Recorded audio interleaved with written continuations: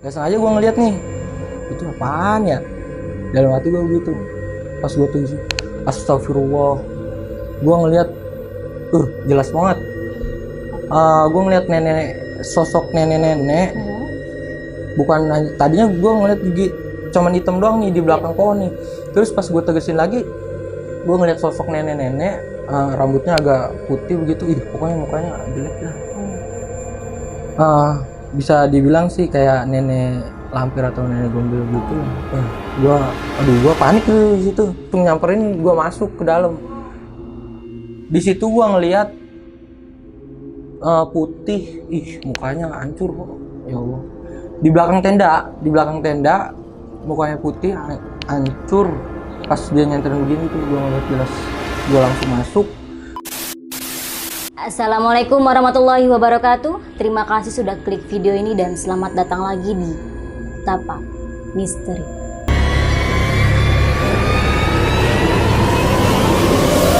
Oke, di video kali ini gue kedatangan seorang pendaki dari Jakarta.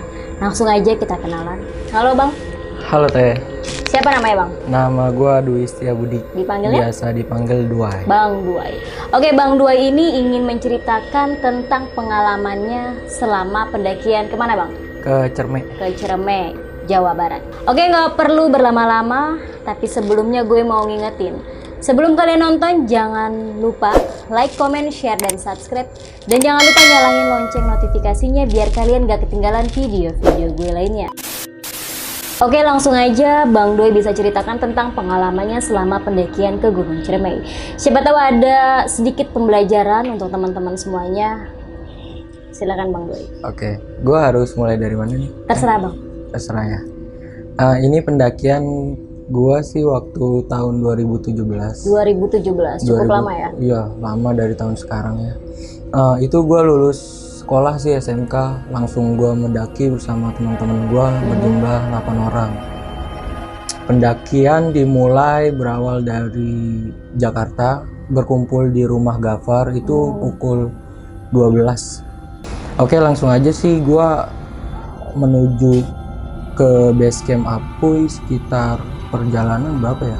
30-40 menit lah. Itu di situ sih gue biasa-biasa aja sih. Nggak cerita, gue udah nyampe di base camp Apuy. Kita registrasi segala macam, prepare barang-barang apa yang harus didaki nanti, dan pastiin lagi nggak ada yang ketinggalan. Ya. Sebelum berangkat sih kita ya biasalah ritual pembacaan doa supaya kita selamat sampai tujuan dan tidak terjadi apa-apa. Di situ sih aman-aman aja. Sampai base camp jam berapa ya? Jam 9-an sih tadi. Jam 9-an kita mulai trekking ke pos 1, kira kurang lebih 40 menit. Ke pos 1. Pos 1 itu di situ dari kita base camp ke pos 1 sepi banget. Nggak ada pendaki sama sekali. Nggak ada pendaki lain. Yang mendaki cuma regu kita doang tuh berlapan. Oh, jadi satu tim aja? Iya, itu satu tim. posisinya weekday atau weekend? Weekday, hari Jumat. Nah, iya. hari Jumat gue mendaki. Ya wajar sih kalau sepi ya. Iya. Cuman di base camp ada orang base camp doang. Ya udah. Tinggal cerita gue udah di pos 1. Biasanya ya pendakian sebelumnya banyak nih yang lalu lalang. Oh iya. Lalu lalang, misi mas. Ini sama sekali nggak ada. Dari gue ke base camp, dari base camp ke pos 1 sama sekali nggak ada orang. Sepi banget. Jadi sunyi rasanya.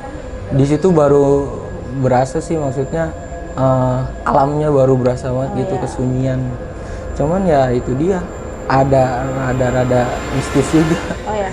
Dari cerita-cerita warga kan, namanya Cerme. Iya betul. Terkenal dengan mistisnya. Ya di situ kerasa sih karena emang nggak ada orang juga. Di situ sih alhamdulillah ya, di pos 1 aman. Gua lanjut lagi jalan ke pos 2 ber-8 orang. Di perjalanan dari pos 1 ke pos 2 kaki gua mulai kram. Karena gua nggak memulainya dengan pemanasan dan sebelumnya belum ada persiapan untuk seperti lari dan lain sebagainya sih. Karena itu dia, dari ulangan coret-coretan terus langsung ngedaki ya kan. Gua nggak sempet lari sebelumnya sih. Gua lari seminggu atau 2 minggu gitu sebelumnya gua lari. Nah ini nggak ada, gua kram. Di situ ada rekan gua cewek 2 orang. Di situ gua minta pijitin. Di perjalanan dari pos 1 ke pos 2 gua minta pijitin. Carrier juga gue minta bawain yang agak ringanan, kita tukeran sih, kita tukeran. Kebetulan gue bawa logistik, jadi tukeran yang agak ringanan. Setelah dipijitin, dikasih balsam segala macem sih, gue udah alhamdulillah fit lagi. Jadi pelan-pelan mendaki. Jadi tadinya gue yang di depan, ya pindah gue ke belakang, di tengah-tengah lah, di antara mereka ber-8 itu. Ya gue pindah ke tengah supaya berada di berada di antara mereka. Dari pos 2 singkat cerita sih gue udah nyampe pos 2, terus ke pos 3, di situ break sebentar. Cuman sebelum gua sampai pos 3, kan dari pos 1 ke pos 2 tanjakan jalanan selalu menanjak, dan di pos 2 ke pos 3 tuh agak nurun dikit. Nah di situ gua break sebentar karena kebetulan kaki gue ya tadinya kram ya, jadi gua break sebentar. Itu kita kepisah tuh beberapa bagian, yang di depan ada 2 orang, terus gua di tengah sendiri, terus yang lainnya sih di belakang. Karena di belakang juga cewek ya, mungkin mereka saling menunggu tuh. Cewek juga ya fisiknya kurang. Gua kebetulan di tengah nih sendiri, yang 2 udah duluan. Pas di turunan begitu gua istirahat di belakang, di pohon kayak udah tumbang gitu ya. Gue duduk di situ, ya udah gue istirahat sambil gue merenung dan ya nikmatin alam lah. Soalnya sepi banget, sepi, sunyi, pokoknya nggak ada orang lewat. Dari base camp juga nggak ada orang lewat, itu juga hari Jumat, sunyi, sepi. Terus gue nggak sengaja ngeliat pas gue lagi istirahat, di belakang pohon tuh kayak ada itu sosok bayangan gitu. Gue nggak sengaja, gue lagi begini sambil nungguin temen gue yang di belakang nyampe ke tempat gue, karena gue udah nggak kuat.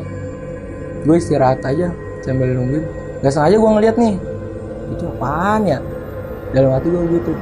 Pas gue tuh astagfirullah, gue ngeliat jelas banget. Gue ngeliat sosok nenek-nenek. Bukan, tadinya gue ngeliat cuman hitam doang nih di belakang pohon nih. Terus pas gue tegesin lagi, gue ngeliat sosok nenek-nenek, rambutnya agak putih begitu. Pokoknya mukanya jelek dah. Bisa dibilang sih kayak nenek lampir atau nenek gombel gitu lah. Gue panik tuh di situ. Gue panik, kaki gue juga lagi ngebet juga kan. Gue gimana ya, udah gue sholawatan aja terus sambil baca-baca. Gue nunduk sambil nungguin temen gue yang di belakang. Alhamdulillah nggak lama dari kejadian itu temen gue datang. Gue dalam hati ketika temen gue datang, gue berucap alhamdulillah ya Allah. Gue dengan tampang pucat gue berkata, lu buset lama banget gue tungguin, gue bilang gitu. Emang apa? Enggak, ini kaki gue ngebut lagi. Ya udah, habis itu gue dipijitin lagi sama cewek itu. Tapi alhamdulillah lah, dipijitin, kita break juga di situ agak lama karena kita bawa cewek. Yaudah, habis itu kita jalan lagi menuju pos 3. Di situ gue nggak berani cerita sama sekali sama mereka, apalagi sama cewek. Takutnya dia kepikiran terus. Gue nggak mau terjadi apa-apa yang bakal ngerasukin itu cewek atau lain sebagainya lah. Jadi gue pendam sendiri dengan tampang enjoy dan ya pucet sih. Tampang pucet. Ya udah, singkat cerita gue lanjut ke pos 3. Di pos 3 gue break juga tuh. Ternyata temen gue yang 2 orang tadi udah sampai duluan di pos 3 dan udah nungguin kita kekurangannya yang tadi. Nyampe pos 3 tuh pas ajan zuhur. Karena kebetulan itu hari Jumat. Kita yang muslim dan laki kan nggak sholat Jumat. Jadi kita ganti dengan sholat zuhur di situ. Sholat sih zuhur sama, pokoknya yang laki kita sholat zuhur, kita break setengah jaman lah, kira-kira setengah jaman. Habis itu lanjut lagi. Sebelum lanjut nih, gue mau cerita pas di pos 3. Sebelum gue sholat dan wudhu, gue kencing, gue misah dari rombongan, gue turun sedikit misah, Nah di situ gue ngeliat lagi apa yang gue lihat sebelum yang tadi tuh, antara pos 2 dan pos 3. Cuman ini yang gue lihat cuman bayangan hitam gede, pokoknya bayangan hitam gede dah. Yang gue lihat itu doang tuh, mukanya nggak kelihatan. Kalau yang tadi di bawah jelas kelihatan nenek-nenek, cuman ini nggak tahu nih apa, pokoknya di belakang pohon pas di depan gue, cuman agak jauh. Aduh, gue panik, lagi kencing tiba-tiba dikasih lihat begitu. Waduh, langsung dah gue cebok, langsung gue ngibrit. Temen gue langsung nanya, lu ngapa woi buru-buru? Kagak, gue ngeliat apa, gue denger kresek-kresek, gue ngeri, gue bilang aja begitu biar dikain suasana lah, biar nggak tegang dan lain sebagainya. Ya udah, di situ singkat cerita gue udah break dan lain sebagainya sama temen gue itu yang ber-8. Gue lanjut lagi ke pos 4. Di situ kebetulan alhamdulillah sih nggak terjadi apa-apa. Singkat cerita gue udah di pos 4 juga itu sampai maghrib, sampai pos 4 maghrib. Jadi udah gelap banget tuh, gue masang tenda di pos 4, temen gue masang tenda, kebetulan hari udah gelap jadi kita buru-buru. Yang lainnya di dalam masak, gue sama Kidut berdua duduk di luar.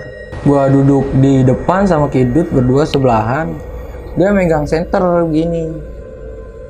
Dia bocahnya iseng begini, gue sambil ngerokok, gue kagak megang senter, dia megang senter gini. Pas dia begini dia kagak ngeliat, pas dia nyenterin begini nih, gue ngeliat, astagfirullah ya Allah. Gue teriak, Kidut juga, ngapa lu woy? Gue nggak berani ngomong, gue nggak berani ya cerita sama Kidut. Gue cuma astagfirullah ya Allah, terus langsung gue nunduk, gue ke dalam. Lu ngapa woy? Kata Kidut begitu, dia bingung. Pas dia lihat begini sih, dia begini lagi, terus langsung nyamperin gue masuk ke dalam. Di situ gue ngeliat putih, mukanya hancur kok, ya Allah. Di belakang tenda, mukanya putih, hancur. Pas dia nyenterin begini tuh, gue ngeliat jelas. Gue langsung masuk, gue nggak berani cerita. Di situ gue langsung pura-pura tidur. Ya sambil panik gue, tampang gue panik. Ya udah gue kurban aja, gue nggak berani cerita, takutnya yang lain takut jadi ke bawah suasana nanti, aduh malah makin kacau. Ya udah, di situ Kidut penasaran sih dan nanya, lu ngapa woy? Lu ngapa? Kagak, lu iseng aja lu mainin center, gue bilang gitu. Gue bilang sama Kidut, udah jangan mainin center. Ya udah, kita di dalam karena emang yang cewek lagi pada masak, gue kurban dibangunin. Udah nih masakan udah jadi ya, kita makan. Ya udah makan. Habis makan kita istirahat, ngobrol-ngobrol. Ya udah habis itu tidur. Singkat cerita udah pagi. Gua packing segala macam untuk melanjutkan perjalanan karena masih jauh juga, lumayan dari puncak. Jam 9 pagi kita lanjut lagi untuk melanjutkan perjalanan menuju pos 5. Nah, di pos 5 alhamdulillah nih gua ketemu pendaki lain. Lumayan ramai sih karena dari base camp dan pos lain kita sama sekali nggak ketemu sama pendaki lain. Tadinya suasana yang mencekam, menurut gue mencekam, hening dan sunyi sepi. Alhamdulillah nih jadi kayak pecah banget suasana, jadi agak lega. Alhamdulillah ada pendaki gitu. Gua di situ sama teman gua 2 kali ngecamp.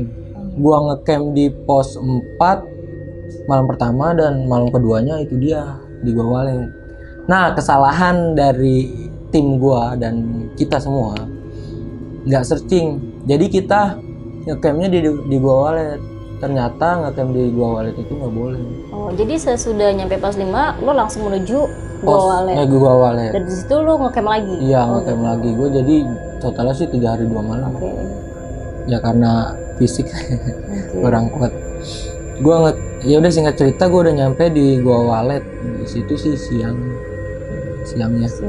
Nyampe Gua Walet siang, alhamdulillah dekat Gua Walet ada tetesan air, terus ada penampungan gitu. Jadi kita buat ngambil air gampang. Di situ sih gue diriin tenda sama teman-teman gue, rame-rame. Kita masak dan lain sebagainya. Terus agak sore itu hujan. hujan, kewalahan itu, hujan, kewalahan, semuanya hampir basah karena kita nggak ada flashlight. Jadi kita pakai tenda doang. Terus belum sempet gali itu genangan buat air tuh, nggak sempet, jadi pada ngembeng gitu lah. Ya pokoknya basah lah. Singkat cerita, malam yang lain sih pada di tenda, gua sama Aldi bete di tenda. Gua berdua doang tuh nyoba, kan turunan begitu ya. Ini gua pokoknya nih turunan. Nah di sebelum turunan nih ya masih di trek sih, di jalanan gue naik sedikit tuh. Gue di situ sama Aldi sambil menikmatin Kota Maja. Ya udah, kira-kira 2 jaman lah gue di situ. Ya cerita sambil menikmati alam dan malamnya Kota Maja. Karena udah larut malam juga, gue sama Aldi di atas. Ya udah gue putusin buat ke bawah buat istirahat. Ternyata di tenda udah pada tidur. Ya udah gue sama Aldi gue rusuhin. Gue bilang, Didik ayo rusuhin. Gue acak-acak, woi bangun lu, ngapain di gunung tidur, waktunya kita senang-senang. Dia pada nyuekin kita berdua. Akhirnya ya udah, gue sama Aldi tiduran samping mereka pada. Ya udah gue berban tuh.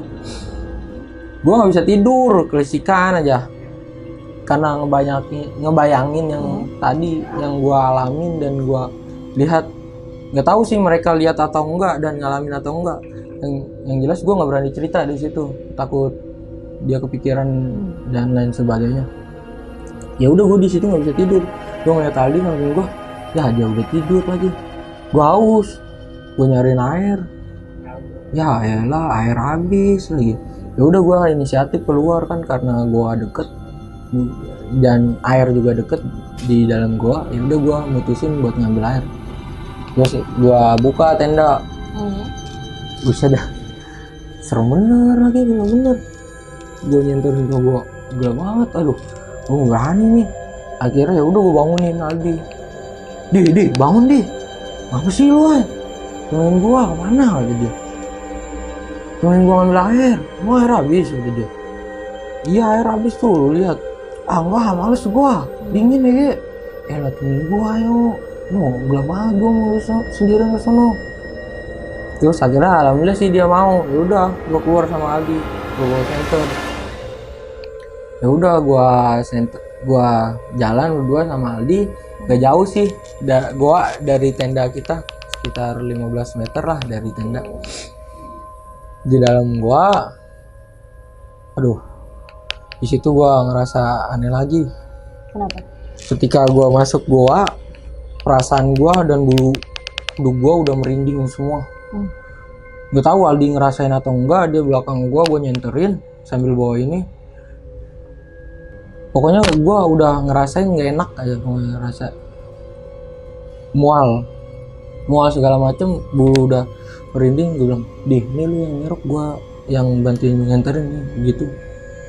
Sebelum gua masuk itu, gua nyanterin kan ya. Nah di situ tuh perasaan gua udah nggak enak, bulu ini gua udah merinding semua.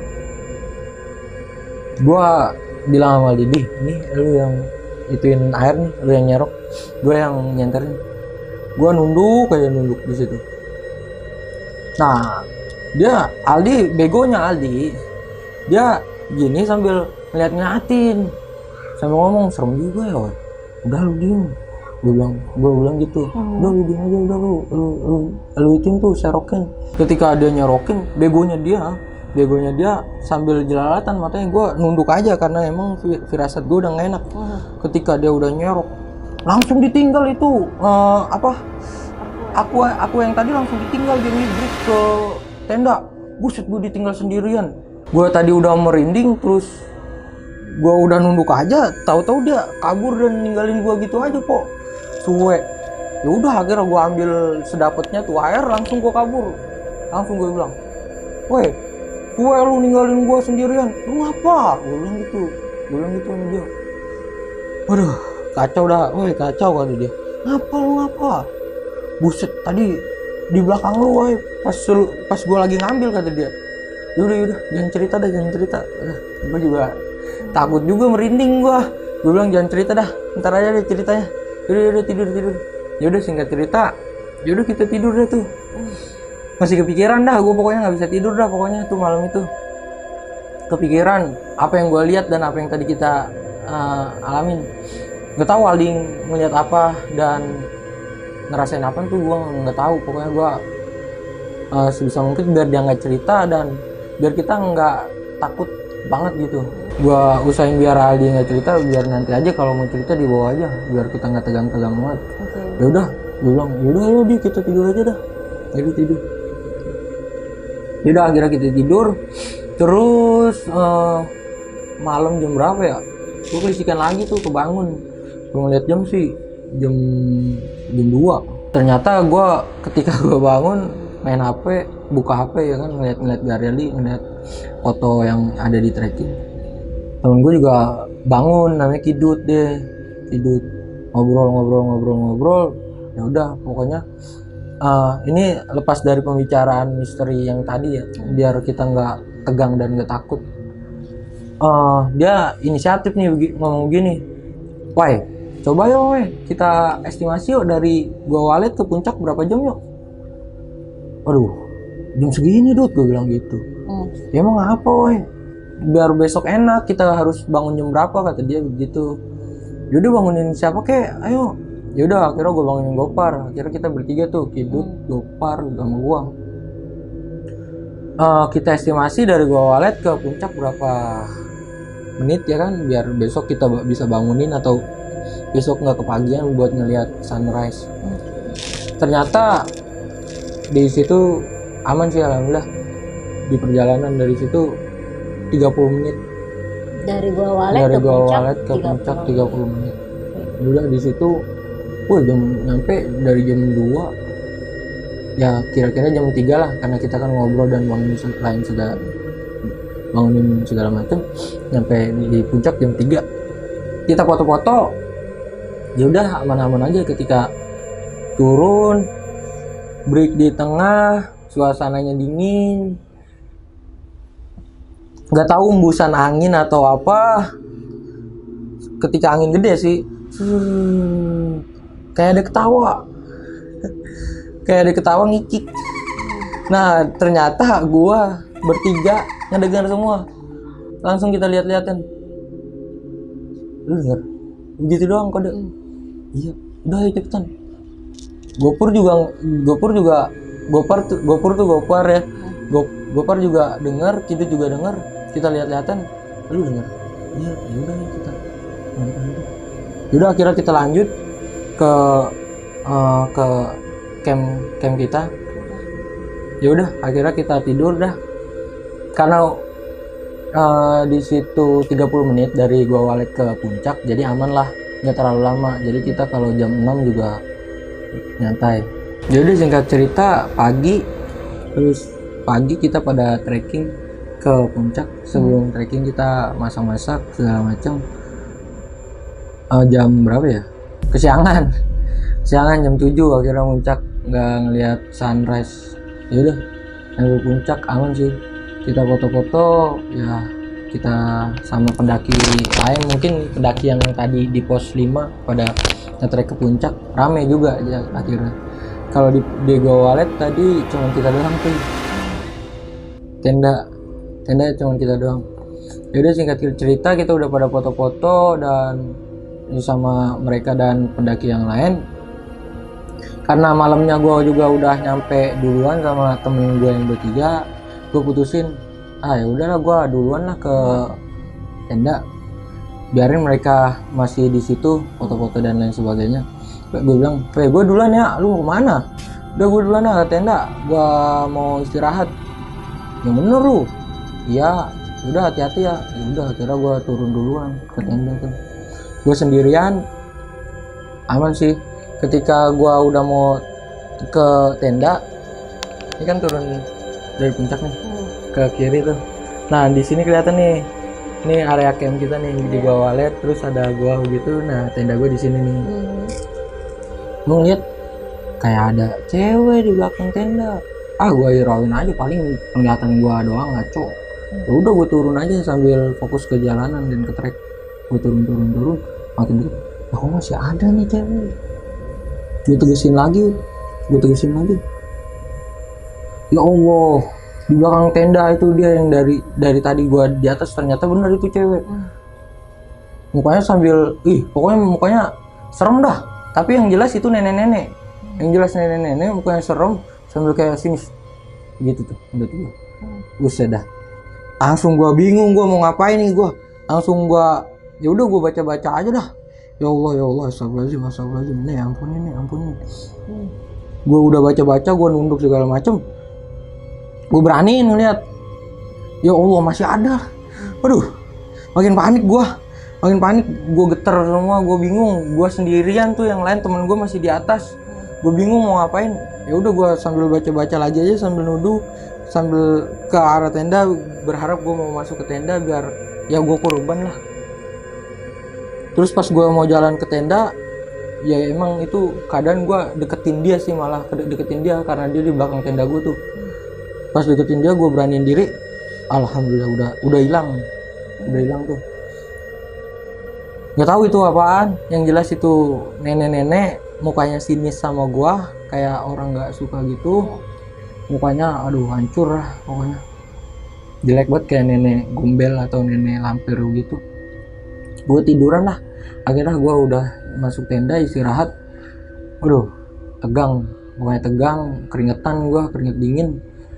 Nggak lama ada berisik, alhamdulillah ternyata temen gue nyampe. Pada berisik pada cerita ya udah lega gue di situ. Tadinya suasananya mencekam, alhamdulillah ada suara mereka dan mereka datang, lega.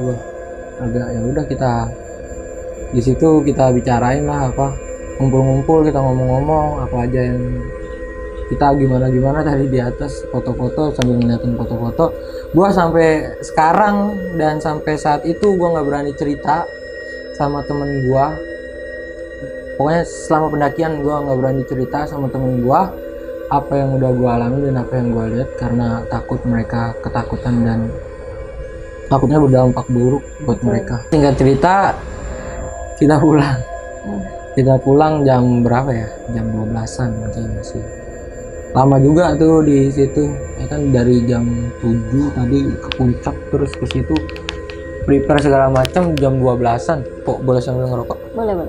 Jam 12-an kita packing buat lanjutin trekking turun. Ketika turun sih alhamdulillah nggak terjadi hal apa-apa sih. Cuman ketika kita turun baru berasa gitu ramenya pendaki, baru ada dateng ya sapa-sapaan, karena emang pas kita turun berarti itu hari Minggu tuh. Hari Minggu karena kita di situ 3 hari 2 malam ya. Lama juga sih pendakian terlama tuh ke Cerme. Karena kaki gua kram juga dan bawa cewek 2, fisiknya kurang itu ya, 3 hari 2 malam jadinya. Baru berasa tuh.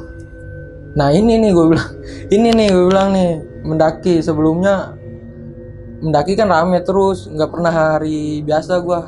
Baru kali ini hari biasa sepi banget. Ya mungkin itu dia kira gua ngeliatin apa-apa yang aneh gitu. Udah singkat cerita sih gua udah nyampe base camp sih sama teman-teman gua.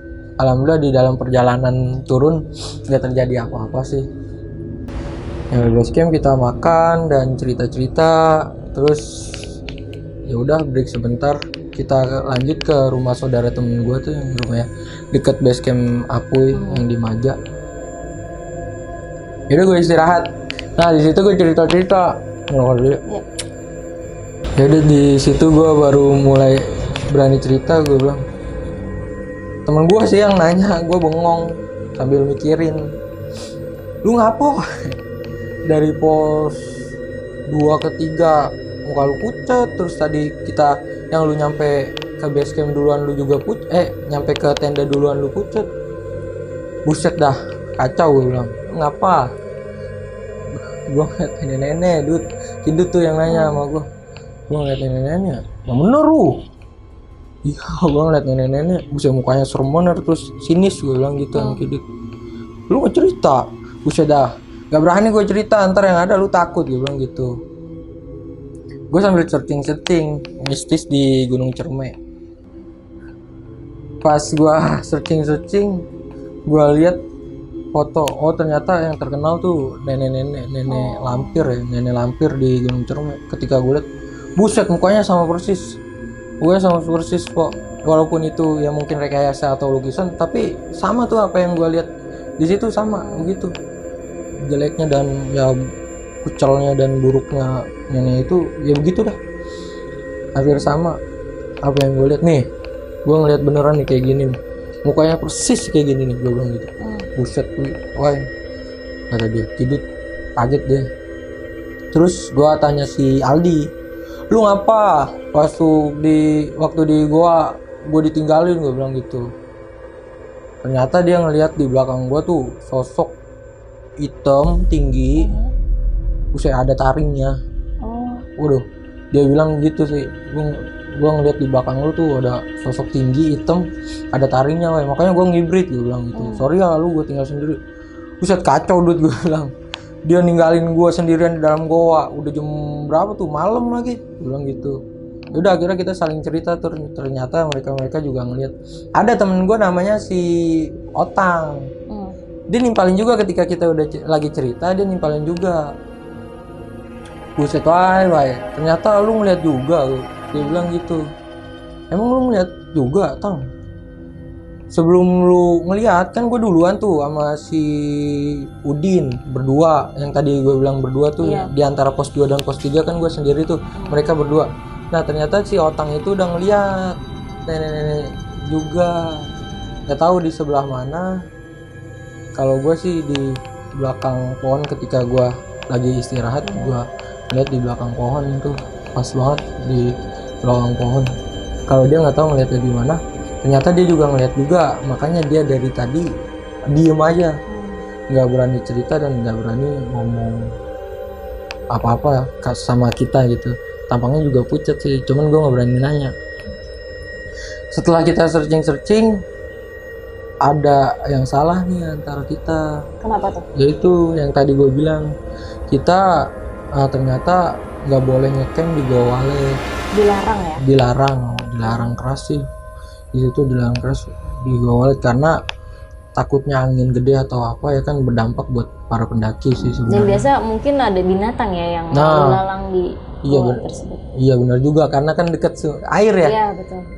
Nah mungkin itu kita nggak searching sebelumnya tuh, kesalahan kita di situ tuh mungkin.